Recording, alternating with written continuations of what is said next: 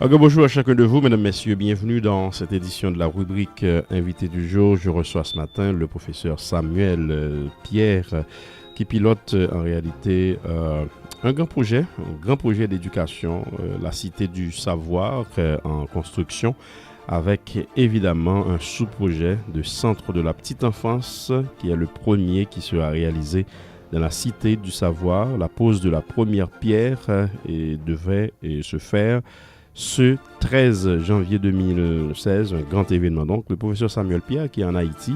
Et quand on parle de la Cité du Savoir, on est dans le nord du pays. Évidemment, avec quand même un complexe, selon le projet, de 50 millions de dollars à terme qui vise la création de richesses par l'innovation dans le nord d'Haïti. On en parlera ce matin. Merci au professeur Samuel Pierre de s'être mis disponible pour nous ce matin. Merci à vous d'être fidèles à l'écoute de cette rubrique. Valérie Numa en antenne. Bonne écoute à toutes et à tous. Professeur Samuel Pierre, un plaisir de vous recevoir ce matin. Bonjour, bienvenue sur Vision 2000. Bonjour, M. Dumont. C'est un plaisir pour moi de accueillir à votre émission. Ok, là vous êtes dans le nord du pays. L'idée c'est participer à la première pierre, à la pose de la première pierre de ce que vous appelez le centre de la petite enfance dans le cadre de ce projet, et ce grand projet, on va dire, la construction de la Cité du Savoir. Et tout est fait prêt pour cet événement aujourd'hui? Oui, en fait, d'ailleurs, je suis sur la route qui mène vers le terrain à Génie-Paillé pour la pose de la première pierre de ce que nous avons appelé la Cité du Savoir, pôle d'innovation du Grand Nord. Donc, comme vous l'avez mentionné en introduction, c'est un projet d'envergure qui vise à créer la richesse et à lutter contre la pauvreté, et non seulement dans le nord du pays, mais dans l'ensemble du pays, étant donné que nous le considérons comme un projet pilote qui pourra s'étendre à l'ensemble du pays pour les premiers résultats obtenus. Alors là, on s'excuse pour la qualité de la communication, puisque quand même on est au téléphone, et puis vous êtes dans le nord du pays, et la communication, c'est pas trop évident. Bon, on va voir ce qui peut être fait. La Cité du Savoir, une idée du projet, c'est quoi pour le public? La Cité du Savoir, c'est un complexe qui combine l'activité d'éducation, de production de connaissances utiles, également d'activités économiques, notamment d'entrepreneuriat, basées sur le savoir, mais avec comme objectif final de créer des entreprises qui, elles, vont créer des emplois pour l'ensemble de la population. Donc, considérons que le plus gros problème d'Haïti aujourd'hui, on parle beaucoup de politique, mais le plus gros problème d'Haïti, parce que les gens ne peuvent pas travailler. Il n'y a pas d'emploi. Dans les pays où il y a de l'emploi, eh bien, les gens se réalisent par le travail. Or, en Haïti, l'emploi étant rare, eh bien, les gens doivent imaginer toutes sortes de manœuvres pour pouvoir joindre les deux bouts. Et c'est ce qui fait qu'ils ne peuvent pas être disponibles pour le développement du pays. Donc, il faut créer des emplois qui redonnent la dignité aux gens et qui leur permettent de réaliser leurs rêves et leurs aspirations. Donc, nous mettons l'accent sur la création d'emplois par l'éducation et par le savoir. C'est essentiel du projet. Ouais. Et un projet quand même mais qui s'étend sur le nord du pays. Pourquoi ce choix, le nord du pays? Pour plusieurs raisons. La première, c'est pour une raison de décentralisation. Nous savons que la constitution du pays a préconisé la décentralisation, par une déconcentration dans un premier temps, ce qui veut dire qu'il doit y avoir des activités importantes à se faire hors de Port-au-Prince, qui est devenu une république. Maintenant, une fois qu'on a choisi de le faire hors de Port-au-Prince, donc il faut choisir une ville d'importance. Et le Cap haïtien en est une. Notamment à cause du fait que le Cap haïtien dispose d'un aéroport international qui permet de relier le Cap haïtien au reste du monde, notamment Floride. Parce que la plupart de nos activités qui sont axées sur l'enseignement vont bénéficier de contributions bénévoles de professeurs, d'administrateurs et de professionnels de toutes sortes qui viendront de l'étranger, notamment des États-Unis, du Canada, de la France, etc. Donc, il faut faciliter le déplacement de ces personnes qui ne devraient passer par rapport au prince pour pouvoir se rentrer, pour pouvoir venir sur la cité du savoir. Donc ça fait deuxième raison. La troisième raison, donc, c'est la situation géographique même du pays qui est en quelque sorte dans un endroit central qui permet d'irriguer toutes les localités qui sont dans la région immédiate. Donc c'est pour là autant de raisons qui nous ont fait choisir le Nord. Et avec un tel projet, évidemment, en plusieurs étapes très certainement. Et d'abord, on a étudié la faisabilité du projet. Ensuite, on a décidé de jeter son dévolu sur le nord du pays. Combien de communes seront visées dans le cadre de ce projet? D'abord, on est en troisième section communale de Mino, à Génie-Taï. Tour, il y a déjà plusieurs autres sections communales. Ensuite, on a la Côte du Nord, on a la Péninsule Nord, il y a Saint-Rivière du Nord, il y a Limonade, il y a Côte du Nord, il y a Mango. Tout ça, ce sont des communes environnantes qui pourront bénéficier de ce projet. Mais c'est un projet qui vise ensemble du Grand Nord, du Nord-Est, du Nord-Ouest, parce que nos activités sont la plupart des activités d'enseignement à différents niveaux, depuis le centre de la petite enfance jusqu'à l'université, au niveau du doctorat. Mais ça va attirer des personnes. Nous avons des étudiants qui viennent déjà des domaines, qui viennent de Port, qui viennent de Fort-Liberté. Donc ces personnes-là vont pouvoir bénéficier de l'enseignement que nous donnons. Il y a plusieurs centres universitaires dans l'ensemble du Grand Nord. Et comment les alimenter? Comment trouver des professeurs pour enseigner à l'université? Nous avons créé l'Institut des sciences, des technologies, des études avancées d'Haïti. Cet institut forme principalement des personnes au niveau de la maîtrise et du doctorat, donc destiné à alimenter ces universités de la région. Nous avons déjà nos étudiants actuels qui enseignent au campus de Limonade, qui enseignent dans les universités publiques régionales. Donc, c'est en quelque sorte un bassin de professionnels qui seront mis à la disposition. Donc, en termes d'implémentation du projet, professeur Samuel Pierre, on va essayer de comprendre. On ne va pas construire des centres universitaires à proprement parler, mais on va utiliser des ressources humaines valables qu'on va essayer de présenter au niveau de différentes structures universitaires qui existent déjà dans le Nord. Question de renforcer la formation, c'est ça?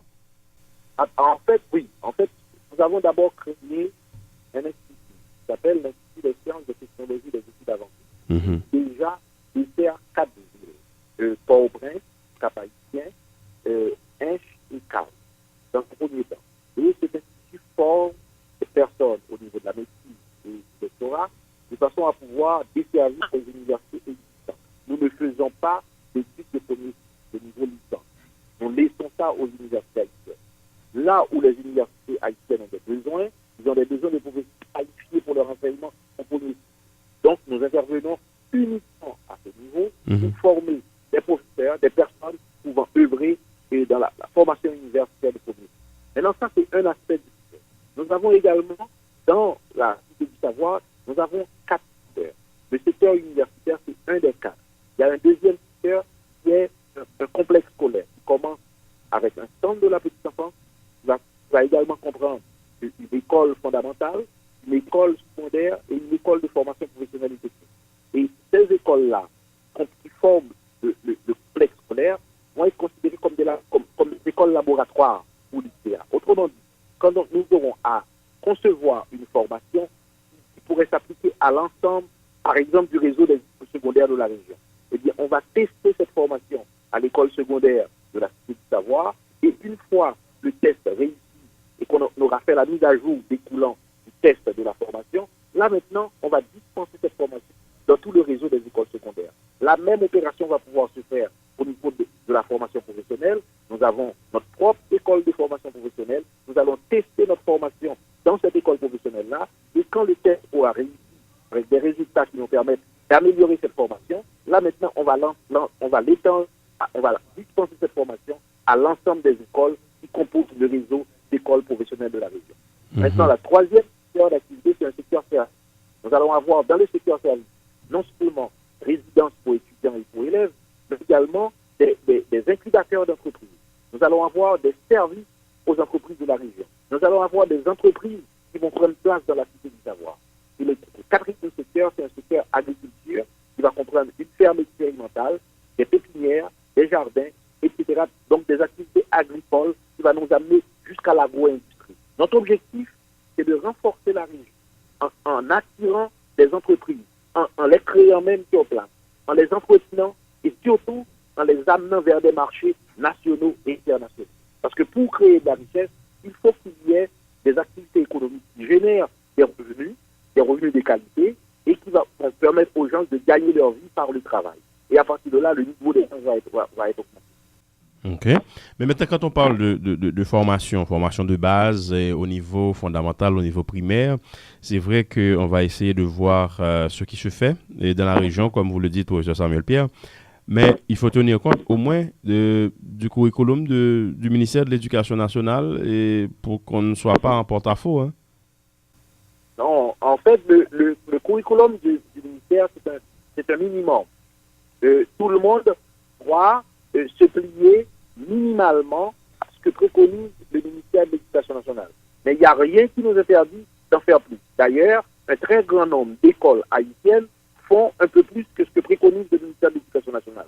Nous nous inscrivons dans cette logique de prendre le programme du ministère de l'Éducation nationale, mais d'en faire plus avec des professeurs qui sont qualifiés. Parce que les professeurs qu'on aura, nous allons les former nous-mêmes.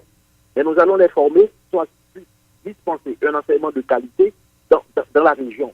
Le problème, M. Nima, en Haïti, c'est qu'il y a des écoles à plusieurs vitesses. Il y a des écoles en Haïti qui n'ont rien à envier à aucune autre école sur la terre. Par contre, il y en a d'autres qui sont dans un état déplorable en matière de qualité d'enseignement dispensé. Nous, ce que nous voulons faire, c'est faire en sorte qu'il y ait un peu plus d'uniformité. Et surtout, que les gens ne soient pas pénalisés par le fait qu'ils ne soient pas proches de Port-au-Prince.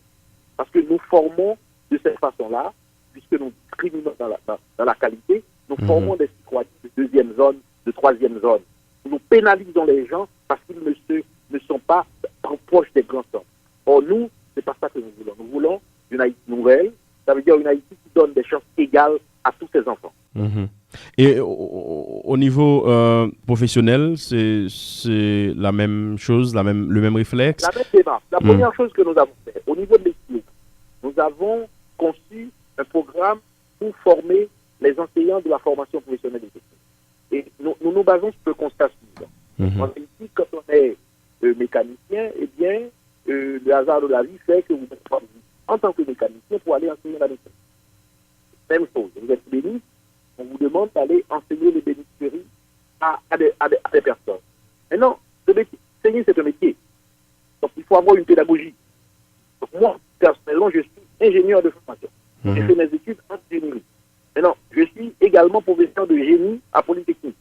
Mais comme je n'étais pas formé pour être pédagogue, quand je suis rentré à Polytechnique, pendant 3 ans, on m'a donné une formation pédagogique pour enseigner le génie. Donc, c'est la même chose qu'on doit faire en formation professionnelle. On ne peut pas prendre un mécanicien, un ébéniste, et leur demander d'aller enseigner la médecine et l'ébénisterie sans que ces personnes-là n'aient reçu préalable une formation en pédagogie. Ce que nous faisons avec notre programme de DESS et de maîtrise en formation professionnelle et technique. Maintenant, il y a un autre aspect. Pour faire de la formation professionnelle et technique, il faut qu'on ait des opportunités de faire des stages pratiques, de faire des activités de laboratoire. Maintenant, les laboratoires, ça coûte cher pour les avoir et pour les entreprises. Donc, ce que nous voulons faire, nous voulons créer un centre de référence en matière de formation professionnelle et technique pour regrouper du matériel très sophistiqué pour former les enseignants de la formation professionnelle. Et de cette façon, les personnes peuvent provenir de n'importe quel coin du pays, recevoir une formation pratique sur les équipements sophistiqués dernier prix que l'on peut avoir au fil du temps. Et là, on deviendra un centre de référence en matière de formation pratique pour les enseignants de la formation professionnelle. Cela nous permettra en même temps de prendre des jeunes des différentes régions du pays, de leur donner une formation courte, 90 jours, 45 mois, de façon à ce qu'ils puissent travailler. Vous devriez savoir, il y a plein d'emplois dans la construction aujourd'hui en Haïti, mais qui sont remplis par des Dominicains. Pourquoi par des Dominicains? Alors qu'il y a plein de gens en Haïti qui ne demandent qu'à travailler. Donc il faut arriver les besoins du marché du travail avec... Donc, vu le niveau que vous visez, dans le cadre de ce programme, dans le cadre de ce projet, il vous faudrait l'endossement de l'INFP aussi, hein? Oui, nous sommes déjà en contact avec l'INFP et nous sommes déjà en contact avec le secrétaire d'État à la formation professionnelle. Nous sommes déjà bien branchés avec les instances concernées. Ce que nous faisons là, c'est que nous rassemblons les forces et nous agissons comme animateurs. Et personnellement, moi, je connais à peu près la plupart des initiatives qui sont dans le pays. Je connais aussi les acteurs et je les mobilise aussi autour du projet. Ce que nous voulons faire là, c'est pour une fois, ou une fois de plus, mettre les Haïtiens ensemble pour qu'ils puissent travailler au développement du pays. Nous passons énormément de notre énergie à se diviser un peu. Nous dépensons énormément d'énergie à se neutraliser par des prises de position contradictoires. Nous, ce que nous préconisons, c'est un peu de sérénité, de façon à pouvoir se mettre ensemble, trouver la formule qui nous permet de travailler ensemble, construire le pays. C'est ce que j'ai vu, les pays qui fonctionnent, c'est qu'il y a des générations de personnes qui sont mises ensemble pour construire. Or, nous avons du mal à le faire. Nous savons très bien comment les construire. Et nous avons énormément du mal à construire ensemble. Or, les sociétés se battent par la construction conjointe. OK. Après nos métiers, une profession, ça demande une certaine vocation, ça demande de la disponibilité de la filière, évidemment, en termes d'enseignement, mais ça doit répondre à un certain besoin aussi. Est-ce qu'il y a une étude qui a été menée de ce côté-là pour savoir quelles sont les filières les plus sollicitées eu égard au projet lui-même, à savoir, on évalue ce qu'il y a comme besoin dans le Nord par rapport aux différentes entreprises qui seront installées. Est-ce que cette étude-là a été menée en ce sens? C'est une très bonne question, M. Nima, mais je dois vous dire que c'est aussi un métier. Moi, je suis un enseignant, un professeur d'université qui bâtit des programmes. Et ce que vous dites là, c'est le B.A.B.A. C'est la première chose qu'on va apprendre, bâtir un programme. On ne peut pas bâtir un programme sans qu'il y ait une analyse des besoins. C'est l'analyse des besoins qui doit révéler la nature du programme à refaire et les objectifs à poursuivre, la structure du programme. Et une fois cette étude-là a été menée, là maintenant on intervient avec des experts en continu qui va définir le curriculum du programme. C'est une démarche rationnelle. Ça veut dire quelqu'un qui a vraiment le métier d'enseignant, il sait que c'est ainsi qu'on doit procéder. Une analyse des besoins qui détermine le profil de formation à donner, et après la construction du programme et du curriculum qui correspond à cette formation, et après les méthodes de livraison du contenu. Donc c'est une démarche classique. On n'a rien à inventer. Quand on veut bien faire, la démarche elle est bien connue. Et c'est ce que je fais depuis 25 ans ma vie. Donc c'est mon métier. Je suis en train de faire. Je suis en train de regrouper des personnes de bonne foi, qui ont une bonne formation, qui ont ça comme métier, et on leur a dit de venir en Haïti, se joindre avec nos compatriotes qui font des miracles dans leur milieu respectif, de manière à pouvoir doter le pays de ces institutions, dont les jeunes notamment. Vous n'êtes pas sans savoir, professeur Samuel Pierre, que ce qu'on appelle ici centre universitaire, entre guillemets, et ça pullule un peu partout. Et je suppose que ce n'est pas seulement à Port-au-Prince, mais dans les villes de province. Mais cela donne quoi comme résultat? Une formation bâclée et des professionnels au rabais. Résultat aussi, on a un diplôme soi-disant plus ou moins reconnu ou pas en main, mais on n'arrive pas à trouver du travail. Et lorsqu'on évalue véritablement ce que vaut ce professionnel, c'est pas grand-chose. Maintenant, comment faire face à tout ça dans le cadre de votre projet à vous? Eh bien, notre projet vise exactement cette problématique-là. D'abord, M. Nima, je vais vous dire une chose. Si nous avons des professionnels qui ne sont pas qualifiés, si nous avons des élèves qui ne sont pas à la hauteur, il ne faut pas rendre... La responsabilité n'incombe pas seulement à ces professionnels qui sont mal formés ou à ces élèves qui ne sont pas de qualité. Moi, je sais une chose. Ce qui fait la valeur d'une formation, ce qui fait la valeur d'une institution universitaire, c'est d'abord le corps professionnel, la qualité du corps professionnel. Donc, si vous avez des professeurs de mauvaise qualité, vous ne devriez pas vous attendre à des élèves de qualité, à des professionnels de qualité. Donc, la responsabilité revient d'abord au corps professoral. Donc, je ne vais pas dire que nos Haïtiens sont plus bêtes que les autres, parce que tout simplement, ils sont de mauvais professionnels, non. C'est qu'il faut questionner cette université-là. Et c'est la raison pour laquelle nous avons décidé de commencer par la tête. La situation était comme ça, M. Numa. Dans les années 50, début des années 60, on avait la possibilité de former des Haïtiens de la bonne manière, que ce soit les élèves du secondaire, que ce soit les gens à l'université. Au début des années 60, quand un Haïtien était formé en médecine, en ingénierie, et partait à l'étranger, que ce soit en Amérique du Nord, en France et au Canada, ces personnes-là avaient l'équivalence pour leur diplôme. Aujourd'hui, ce n'est pas le cas. Qu'est-ce qui est arrivé? C'est qu'en 1957, on a eu un dictateur qui est arrivé, et ce dictateur-là, faisant la chasse des cerveaux, eh bien, a amené les gens à quitter le pays massivement. Avant 1957, les Haïtiens ne quittaient pas le pays de façon irréversible, ils quittaient pour aller se former et ensuite revenir, mettre leurs compétences au service du pays. Mais depuis 1957, soit parce qu'ils sont poursuivis directement, soit parce qu'ils sont menacés dans leur sécurité, eh bien, notamment les intellectuels, ça veut dire les gens qui sont les plus mobiles, eh bien, ils ont quitté le pays de façon irréversible. Et quand on laisse partir une génération, d'ailleurs, j'ai vu une photo au début des années 60 où une promotion entière de l'école normale supérieure prenait l'avion pour aller en Afrique. Alors, quand tu fais ça, tu passes 3-4 ans à former quelqu'un à l'université, après avoir passé 13-14 ans à les former au niveau primaire et secondaire, et cette personne-là, plutôt que d'être mise au service du pays, quitte le pays. Mais ça crée un vide. Et la nature ayant horreur du vide, eh bien, ces personnes-là sont remplacées par des personnes moins formées. Et là, on rentre dans une spirale de non-qualité. La question maintenant, c'est comment faire pour sortir de cette spirale de non-qualité.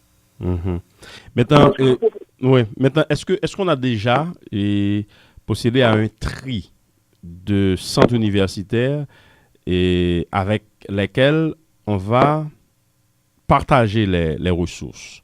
C'est-à-dire on va placer les ressources en termes d'enseignants de qualité. Oui, en fait, ce que nous voulons faire, c'est ça. Je vais vous le dire. Nous disons qu'aujourd'hui, en Haïti, nous avons un besoin de former, de reformer la tête, de redonner une tête à ce pays. Parce que, je viens de vous expliquer, la tête est partie. La tête est partie depuis 1957, donc il y a eu des départs sans retour. Bon, les gens qui sont restés ont fait de leur mieux pour garder la baraque en ordre, mais en même temps, la population a augmenté considérablement. Donc ça veut dire que les gens qui sont restés sont en quantité insuffisante malgré leur qualité pour pouvoir faire face à la demande d'éducation. Nous avons une population qui s'est considérablement accrue avec un corps professoral qui s'est considérablement décru. Donc voilà l'équation. Maintenant, comment faire? Il faut reconstituer la tête de ce pays. Il faut le reconstituer pour combler le déficit des gens qui sont partis et qui ne sont jamais revenus. Mais aussi, il faut augmenter le nombre parce que la population a augmenté. Maintenant, comment le faire? Parce que pour faire ça, ça prend des maîtres de qualité. Si on veut que les élèves soient de qualité, il faut d'abord que les maîtres soient de qualité. Nous n'avons pas les moyens de le faire. Ce que nous avons proposé, c'est de reformer la tête en demandant l'aide d'autres personnes. À l'IPA, nous avons actuellement 175 professeurs, qui sont pour la plupart des étrangers, qui vivent au Canada, au Québec, aux États-Unis, en France, en Belgique, en Suisse, et un grand nombre en Haïti aussi. Et ces personnes-là, on leur a dit, donnez un coup de main, on va le faire sur 10 ans. Aujourd'hui, on a un corps universitaire évalué à un peu plus qu'un millier d'enseignants universitaires, qui sont pour la plupart à temps partiel. Si on pouvait, sur un horizon de 10 ans, doubler le nombre pour faire passer de 1000 à 2000, eh bien déjà là, on aurait beaucoup plus de professeurs pour reformer la tête. Et si ces professeurs-là sont formés de la bonne manière, ça veut dire avec la qualité nécessaire, eh bien ces personnes-là seraient des messagers de qualité dans tout le système éducatif haïtien. Parce que le problème de la qualité, mais ça affecte l'ensemble du système, que ce soit le système de la petite enfance, l'école fondamentale, l'école secondaire, la formation professionnelle, les universités. Ce déficit de qualité est présent à tous les niveaux du système éducatif. Et il faut l'aborder en tant que tel. Il faut injecter la qualité à tous les niveaux du système éducatif. Et c'est un peu le pari que l'on fait. On se dit, si pendant 10 ans on fait l'effort, avec des autres de le faire, eh bien graduellement, on va regagner notre autonomie, on va refonder cette tête. Mais il y a aussi une autre dimension dans le problème.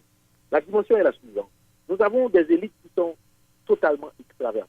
Ça veut dire très bien formées à la française, à la canadienne, à l'américaine, à la mexicaine, mais par contre, qui sont très peu informés des vrais problèmes ici. Parce qu'ils ont été formés dans un contexte qui n'est pas celui d'Haïti, avec problèmes qui ne sont pas nécessairement les problèmes d'Haïti. Or, toutes les sociétés se sont données les moyens de réflexion pour pouvoir attaquer leurs problèmes. Donc, il faut que les personnes soient formées dans cette dynamique-là, où les problématiques qui les intéressent, que ce soit pour leur activité de recherche, c'est des problématiques orientées Haïti.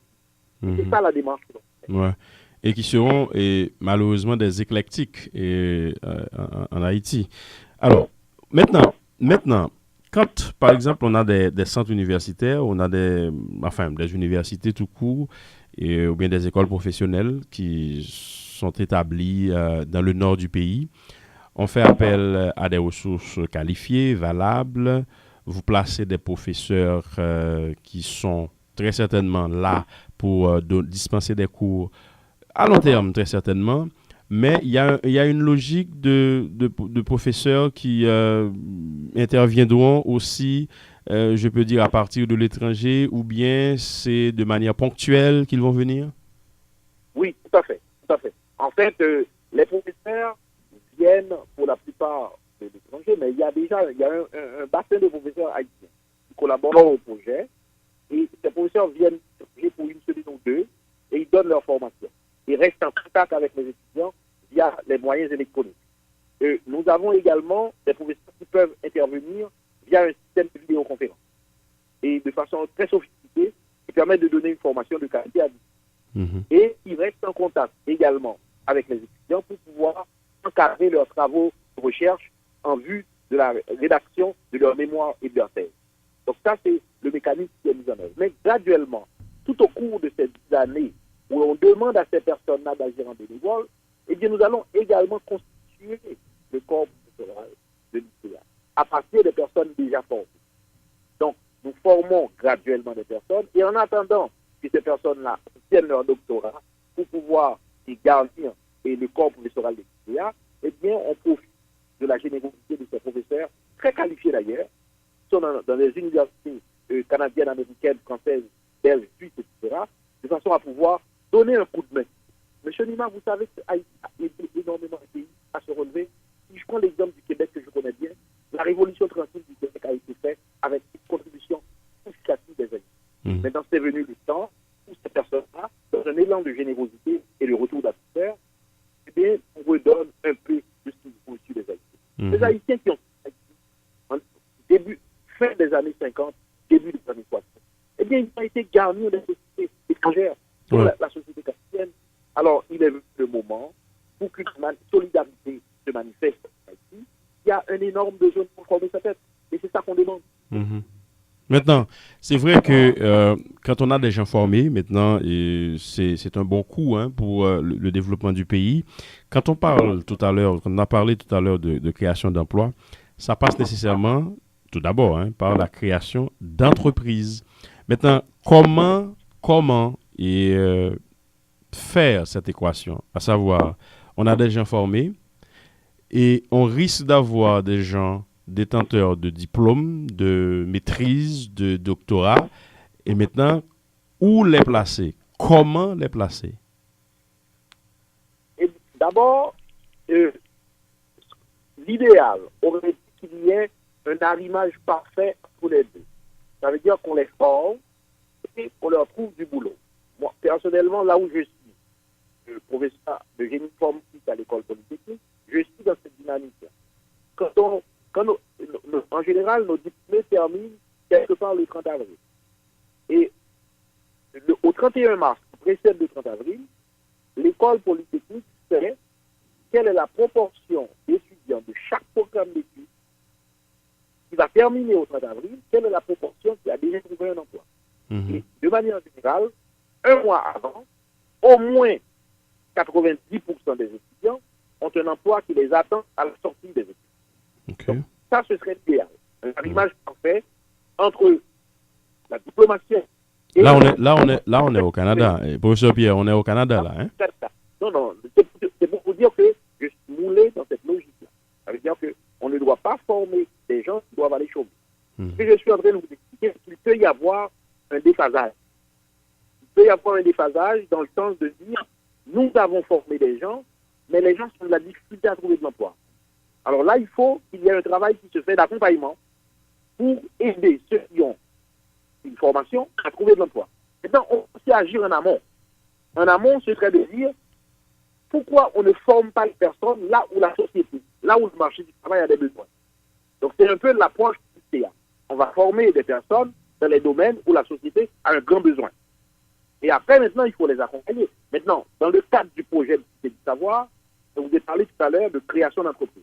Nous voulons créer une 50aine de moyennes entreprises qui vont, sur une horizon de 10 ans, créer 20 000 emplois directs. Il y a des emplois indirects également qui vont se créer, mais nous avons déjà une liste d'entreprises que nous allons créer sur la Cité du Savoir et aux alentours, de manière à pouvoir créer les emplois dont les jeunes ont besoin. C'est extrêmement important dans une société que les personnes qui ont une formation puissent vivre de cette formation. Parce que l'un des problèmes qu'il y a en Haïti, c'est le fait que la mobilité sociale, elle est compromise. Et que les gens, ils font tous leurs efforts, mais ils sont restés piégés dans la pauvreté. Et ça, c'est un mauvais exemple à envoyer aux jeunes. Parce que ça va être dissuade d'aller à l'école. Donc, il faut établir une équation entre le fait d'être éduqué, d'aller à l'école pour être éduqué, le fait de trouver un emploi et le fait de connaître une mobilité. Ça veut dire de pouvoir améliorer sa situation personnelle. Si on ne fait pas ça, on fait fausse route. Maintenant, il faut en venir là. Je peux vous confier que ce n'est pas une tâche facile. Ouais. Mais la réflexion devrait être concentrée là-dessus. Même si on évoluait, et professeur Samuel Pierre, à l'étranger, au Canada, en France, aux États-Unis, c'est vrai, on peut tenir compte des besoins du moment, on peut tenir compte de ses réflexes, de ses atouts, de son potentiel. Il faut quand même être pragmatique aussi, à savoir, on est dans un milieu, on estime que si on décide par exemple de faire choix de telle ou telle profession, de faire carrière dans tel ou tel domaine, il faut tenir compte de ces paramètres-là. Maintenant, en Haïti, le constat, et vous conviendrez avec moi que ça ne date pas d'aujourd'hui, à savoir quelqu'un qui a décidé d'apprendre un métier, malheureusement pour trouver un emploi, il va se débrouiller dans un autre domaine, ouais? À savoir il est mécanicien peut-être, et faute de garage, bon, il te dit, bon, je ne sais pas, je peux être réceptionniste, si tu me trouves quelque chose, peu importe, hein, ou bien il essaye de se convertir dans d'autres filières, et professeur, très souvent, journaliste, hein, pourquoi pas démarcheur de produits dans les rues, etc. Maintenant, comment concilier tout ça? D'abord, M. Dumas, vous avez parlé de pragmatisme. Je vous rappelle que je suis un ingénieur. Un ingénieur, c'est quelqu'un, par définition, qui est pragmatique. Un ingénieur informaticien, s'il fait un programme, pour faire tourner l'ordinateur, il faut que l'ordinateur tourne. Si l'ordinateur ne tourne pas, tout de suite, on voit que ce travail est mal fait. Un ingénieur, c'est quelqu'un qui fabrique un ascenseur. Un ascenseur, quand tu arrives devant, il y a une petite flèche qui dit pour monter, une petite flèche qui dit pour descendre. Quand tu pèses dessus, il faut que ça monte, il faut que ça descende. Ouais. Donc, c'est pragmatique. Il faut que ça marche. Donc, je suis dans une logique que ça doit marcher. Et maintenant, le fait d'être pragmatique, ça ne peut pas évacuer la réflexion. Alors là, on était au stade de la réflexion. Une construction sociale, ça se fait dans la vie. C'est un problème complexe, le problème de faire travailler les gens dans une société, c'est un problème complexe. Il y a des pays très sophistiqués, très avancés, pour ne pas le citer, un pays comme la France, qui est pris avec un taux de chômage de 10%, et la France ne sait pas comment faire pour réduire, pour aller en deçà de 10%. Donc c'est des problèmes complexes, des problèmes de travail, de chômage dans une société. Donc on est dans la construction sociale. Ce que je suis en train de dire, la question du droit au travail, la question du chômage, devrait être une préoccupation cardinale dans une société, particulièrement dans une société haïtienne qui est pauvre. Comment l'aborder? C'est que la plupart des gens qui l'ont compris. Si je prends un exemple d'un pays qui est exemplaire en la matière, c'est l'Équateur. L'Équateur a compris que la meilleure façon de sortir les gens de la pauvreté, c'est d'investir dans l'éducation. Pas seulement dans l'éducation de base, dans l'éducation jusqu'au niveau universitaire. Parce qu'à partir du moment où la personne est bien formée, la personne devient acteur de son développement. Autrement dit, la personne ne va pas se croiser les pouces à attendre. Il est formé, il est inventif, il est créatif, il a de l'imagination, et il va lui-même se créer les moyens de travailler. Vous avez parlé tout à l'heure des personnes qui ont été formées dans une discipline, qui deviennent journalistes, ils deviennent des marcheurs. Et c'est parce qu'ils ont une formation. S'ils sont débrouillards, c'est parce qu'ils sont outillés. La question fondamentale, comment outiller les gens pour qu'ils se prennent en main? Une fois qu'on les a formés comme tels, maintenant, il y a des dirigeants politiques. Les dirigeants politiques qui sont là, non pas pour s'enrichir eux-mêmes, non pas pour enrichir leur clan, mais pour enrichir la société dans son ensemble. Et ils sont là, non pas non plus pour donner des emplois à chaque personne, mais pour créer les conditions pour que les personnes qui veulent créer des entreprises et des emplois puissent le faire. Donc, on est dans un processus complexe. Mais à chacun son bout. Moi, je suis un éducateur, je fais mon bout. Et j'interpelle les autres qui sont dans d'autres sphères d'activité, que ce soit politique ou aussi des élites économiques, pour qu'ils fassent les leurs. Donc, c'est la seule façon que la société... Je suis d'accord avec vous, professeur Samuel Pierre, mais il n'en demeure pas moins que il y a des gens qui vont adopter un comportement attentiste, hein, probablement qui sont détenteurs d'un diplôme, d'une maîtrise, d'un doctorat, et qui vous disent que, bon, écoutez, moi, je suis découragé et je vais laisser le pays. Pourquoi? Parce que je n'ai pas trouvé d'emploi. Alors que cette personne aurait dû être une sorte de pourvoyeuse d'emploi. Quand nos étudiants à SPA, on leur dit la chose suivante. On ne vous forme pas pour être des employés. On vous forme pour être des entrepreneurs. On vous forme pour que vous soyez des créateurs d'emplois. Être entrepreneur, c'est un réflexe, hein? C'est un réflexe, c'est une culture. Oui, mais ça vous savez, dans les universités aujourd'hui, c'est ce qu'on fait. Hein. On forme des entrepreneurs. Maintenant, je peux vous concéder que ce n'est pas tout le monde qui a, disons, la fibre entrepreneuriale. Mais il y a moyen de développer ça chez les personnes qui ont des prédispositions. Et si on arrivait à promouvoir les talents d'entrepreneurs dont plusieurs personnes sont porteurs, je pense qu'on aurait moyen d'avoir beaucoup plus d'entreprises de créer. Dans certains pays, ils font de Microsoft est créé par Bill Gates. Bill Gates, c'est quelqu'un qui n'a même pas terminé ses études universitaires. Par contre, il avait une fibre entrepreneuriale. Et là, il a créé des emplois pour des millions de personnes sur la planète. Des emplois directs et indirects. Donc, et je vais vous concéder aussi. Sauf que dans le cas de Bill Gates, il a fait un choix intelligent. Il a fait un calcul intelligent, c'est qu'il a fait appel à des gens bien formés quand même pour l'entourer. En fait, c'est ce que j'allais dire. Ce n'est pas nécessaire que tout le monde dans la société soit des entrepreneurs. Il suffit d'avoir quelques bonnes idées d'entreprise et ces entreprises-là vont avoir la surface qu'il faut, l'importance qu'il faut, l'envergure qu'il faut pour attirer un très grand nombre de personnes dans leur vie, des personnes formées. Parce que quand vous voulez faire prospérer vos entreprises, il faut avoir les meilleurs comptables, les meilleurs économistes, les meilleurs fiscalistes, les meilleurs techniciens, les meilleurs ingénieurs, les meilleurs spécialistes en communication. Donc ça fait travailler les gens de talent. Donc c'est une source de promotion de talent. Maintenant, il faut réussir à créer ce cercle vertueux. Ça veut dire ce cercle vertueux où nous formons, nous bâtissons des programmes de qualité qui répondent aux besoins de la société, qui donnent des talents d'entrepreneurs, créateurs, d'inventeurs aux personnes formées, qui donnent aux personnes formées ce désir-là de vouloir se dépasser, ne pas attendre qu'on leur donne un emploi de fonctionnaire, de créer des entreprises. Mais avec tout ça, on a besoin aussi d'un État qui accompagne les gens, un État qui crée une banque de développement, de façon à ce que le crédit soit à la portée des gens et que les risques ne soient partagés à l'ensemble de la société plutôt que de laisser aux seules personnes qui ont des idées d'entreprise. C'est un travail d'ensemble. Donc, moi, quand je regarde la société haïtienne, je trouve qu'on perd trop de temps dans des choses qui sont pour moi accessoires. Et que la vraie chose, c'est comment mettre cette jeunesse-là au travail. Comment former cette jeunesse-là pour qu'elle soit utile au pays. Comment faire en sorte que le pays devienne attractif pour tous ses ressortissants. Et ça, ce sont des vrais défis. Des défis en partie par la politique, qui passent aussi par un désir de la société dans son ensemble de se prendre en main et d'être acteur de son destin. Le hic, il y a un hic, professeur Pierre. Le hic, c'est que même si on veut implanter beaucoup d'entreprises dans le pays, on doit tenir compte de l'environnement général, de l'environnement macro, notamment sur le plan économique.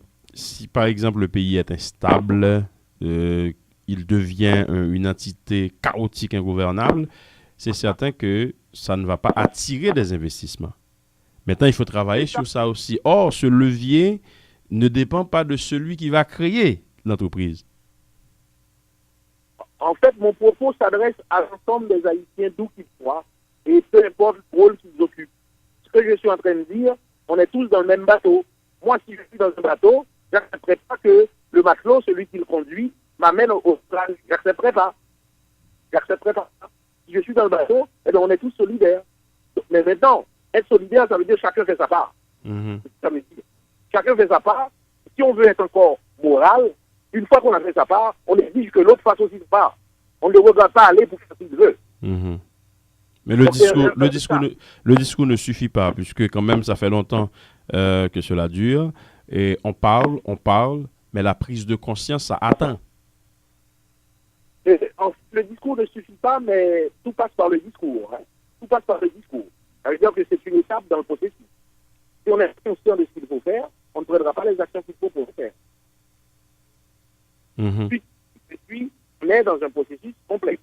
Ce que je suis en train de vous dire, c'est qu'on ne peut pas avancer dans une société si on n'est pas conscient de cette problématique-là, du fait que l'on puisse, que l'on doit bien comprendre, faire des choix, se mettre à la tâche, et surtout assumer les responsabilités. Oui, il ne faut pas non plus que l'on dise que c'est l'affaire de l'autre.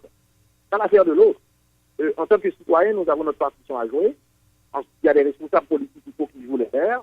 Ensuite, il y a d'autres acteurs économiques qui doivent aussi jouer les maires. Mais ceci, dans le sens de l'intérêt général. Étant donné que nous sommes dans un pays, on est dans une société, eh bien, si la société est stable, le pays est instable, ça affecte tout le monde. Ça affecte tout le monde. Donc, ça ne peut pas être l'affaire d'un individu. Quel que soit le coup d'assume. Ça ne concerne aussi. C'est ça. On a regardé le cadre général du projet et professeur Samuel Pierre. Je rappelle qu'aujourd'hui, ça doit être la pose de la première pierre de ce centre de la petite enfance. On est dans le Nord. Et on a parlé de complexe de 50 millions de dollars qui vise la création de richesses par l'innovation. Quels sont les principaux contributeurs? Les principaux contributeurs, c'est d'abord, je suis très heureux de cette question, c'est d'abord nous-mêmes. Alors nous-mêmes, ce sont d'abord les membres du clan, les Haïtiens de l'intérieur, qui sont mis de la partie, les Haïtiens de l'extérieur. Et là, nous ne pouvons pas faire de différence. Et là, j'insiste pour le dire, des fois, les gens qui parlent de Haïtiens diaspora, Haïtiens dedans, moi, je ne rentre pas dans ce jeu-là. Moi, je suis un Haïtien, et je considère que Haïti, c'est mon pays, et bien, je dois travailler à son progrès, et bien, je vais mobiliser la terre entière et les mettre au service d'Haïti, ce qu'on est en train de faire.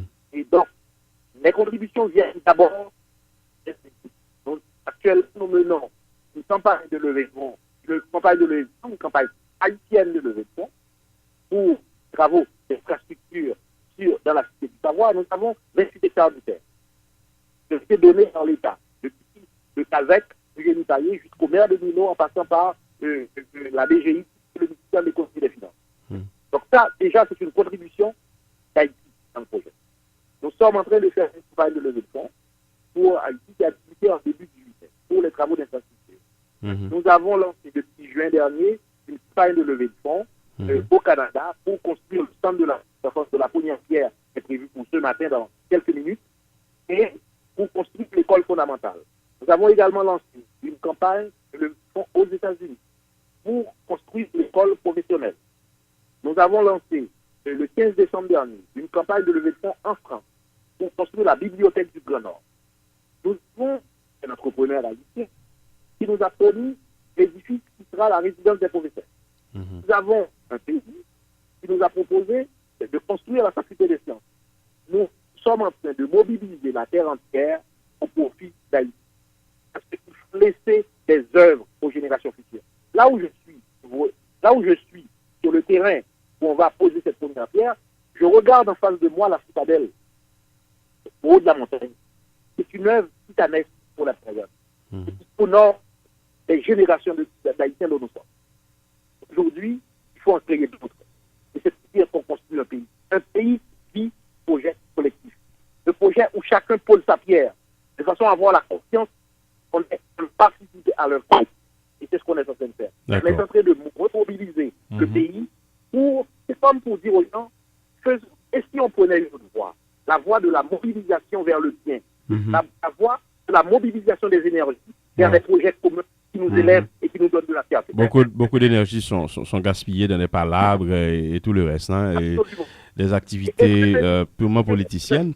Oui. Que ce soit aux États-Unis, que ce soit aux États-Unis, au Canada, il a dit, vous passez la moitié de votre temps à parler d'Haïti. En bien ou en mal.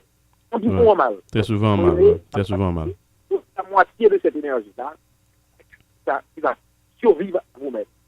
C'est quelque chose qui va faire en sorte que le pays va se porter. C'est quelque chose qui va faire en sorte que la société va s'améliorer. D'accord.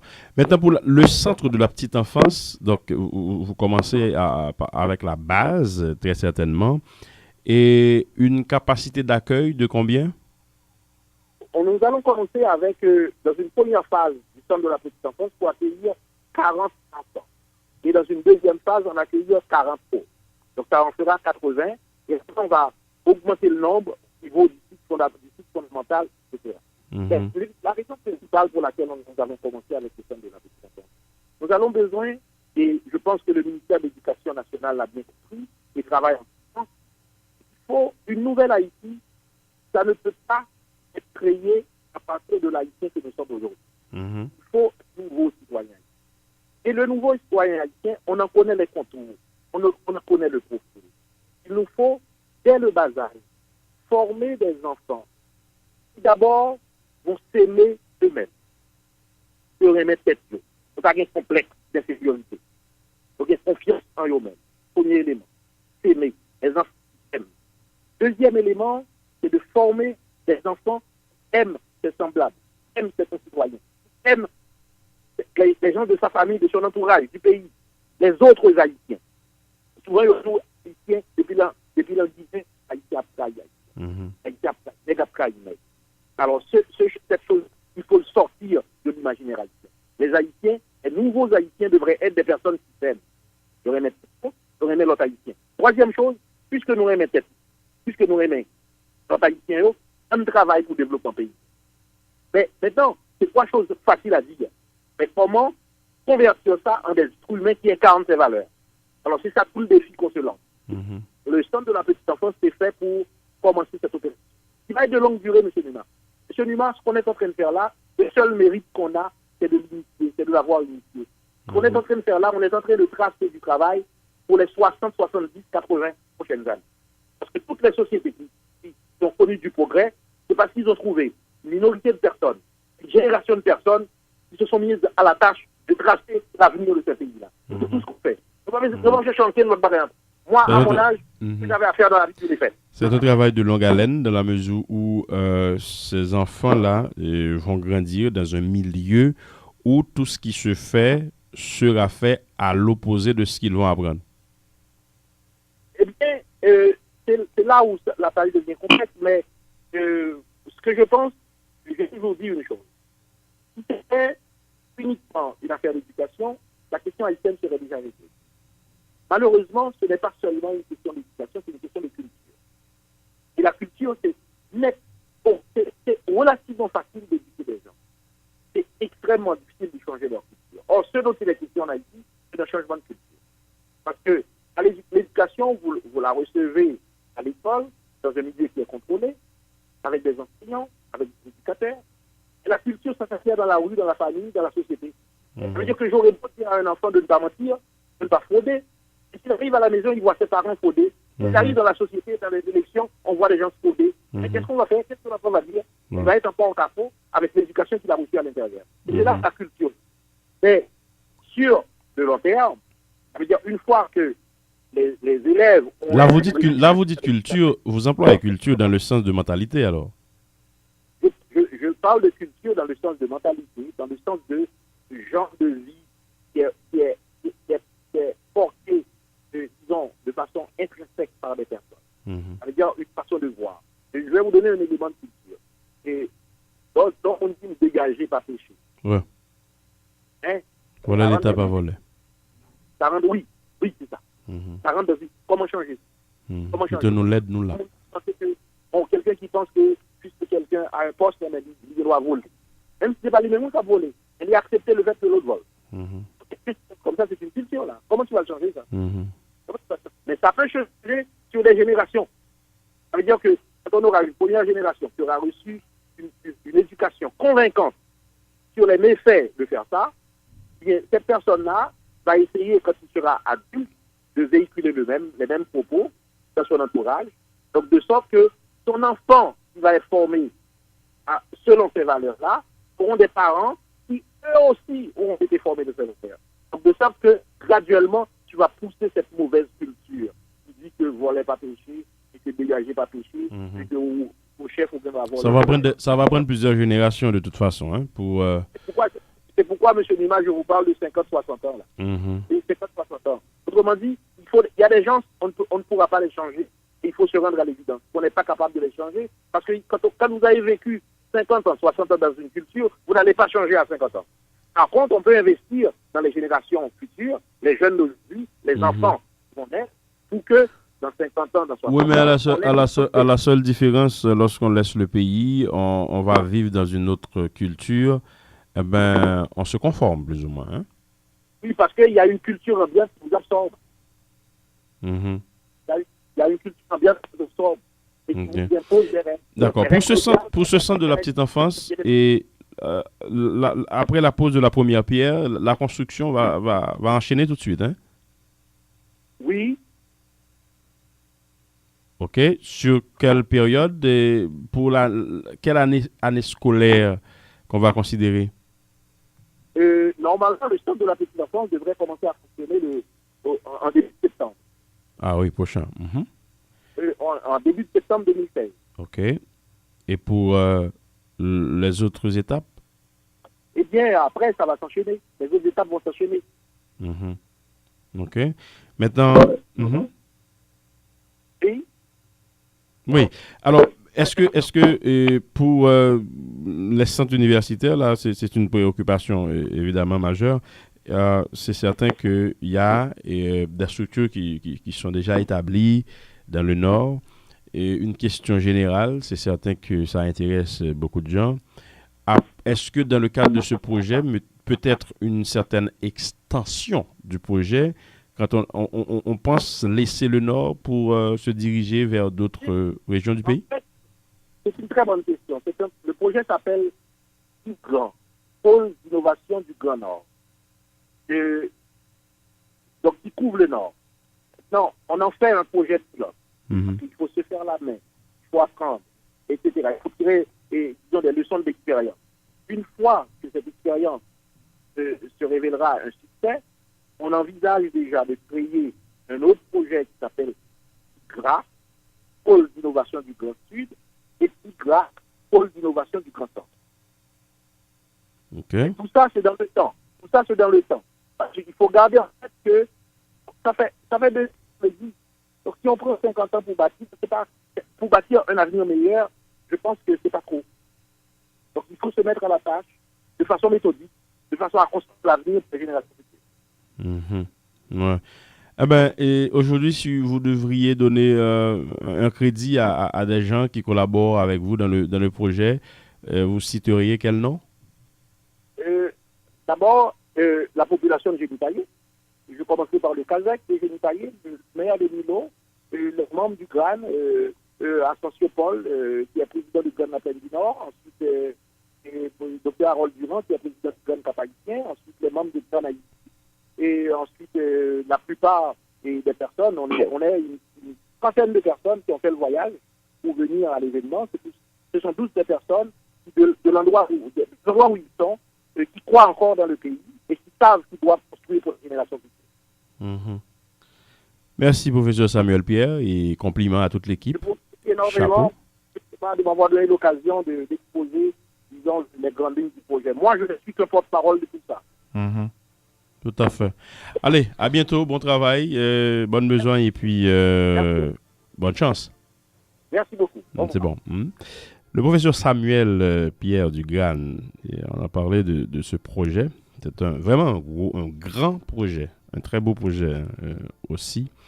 Et ce matin, c'est la pose de la première pierre du centre de la petite enfance, qui est quand même le premier qui sera réalisé dans le cadre de la mise en place ou bien l'implantation de la cité du savoir. Alors, et on a parlé de ça, 50 millions de dollars pour la construction de la Cité du Savoir. C'est dans le nord du pays. Il s'agit de la création de centres de petite enfance, d'écoles fondamentales, de centres universitaires et de l'implantation d'entreprises, création de richesses par l'innovation dans le nord du pays. Donc voilà, on a été assez positif ce matin. Il le faut de temps en temps, un peu d'oxygène pour qu'on puisse respirer au moins par rapport à l'essoufflement politique. On se retrouve demain pour une nouvelle édition de la rubrique invité du jour. Retrouvez-moi cet après-midi. Vision 2000 à l'écoute. Bonne journée. Au revoir.